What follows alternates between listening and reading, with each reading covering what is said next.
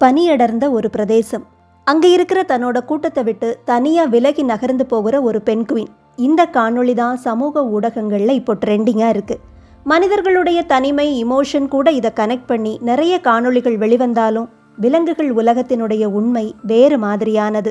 ஜெர்மனில் இருக்கிற ஆவணப்பட இயக்குனர் Werner Herzog அண்டார்டிகால படப்பிடிப்பில் இருந்தப்போ இந்த காட்சியை பதிவு பண்ணியிருக்கிறாரு. அங்கே இருக்கிற அட்டேலி வகை பெண்குவின்கள் வழக்கமாக கடல் பகுதியை நோக்கி கூட்டமாக நகர்ந்து போகும். ஆனால் அங்கே ஒரு பெண்குவின் மட்டும் அங்கிருந்து 70 கிலோமீட்டர் தூரத்தில் இருக்கிற மலைப்பகுதியை நோக்கி நகர்ந்திருக்கு.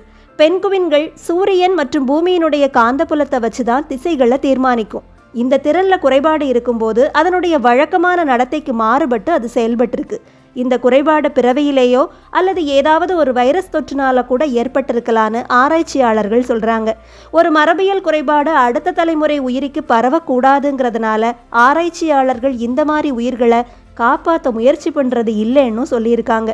அந்த பெண்குவினை திரும்பவும் கூட்டத்தில் கொண்டு வந்து சேர்த்தாலும் அதனுடைய திறன் செயல்பாடு முழுசாக பாதிக்கப்பட்டிருக்கிறதுனால திரும்பவும் தனியாக தான் நடந்து போயிருக்கோன்னு சொல்கிறாங்க. இயற்கையில் எவ்வளவு சூட்சுமங்கள் இருக்குது. நம்ம கண்ணுக்கு தெரிகிறதும் நம்ம அறிவால் புரிஞ்சுக்கக்கூடியதும் அதில் கடுகளவுதான மனுஷங்க உணர்ந்தாலே இங்கே பல பிரச்சனைகள் இல்லாமல் ஆயிடும்.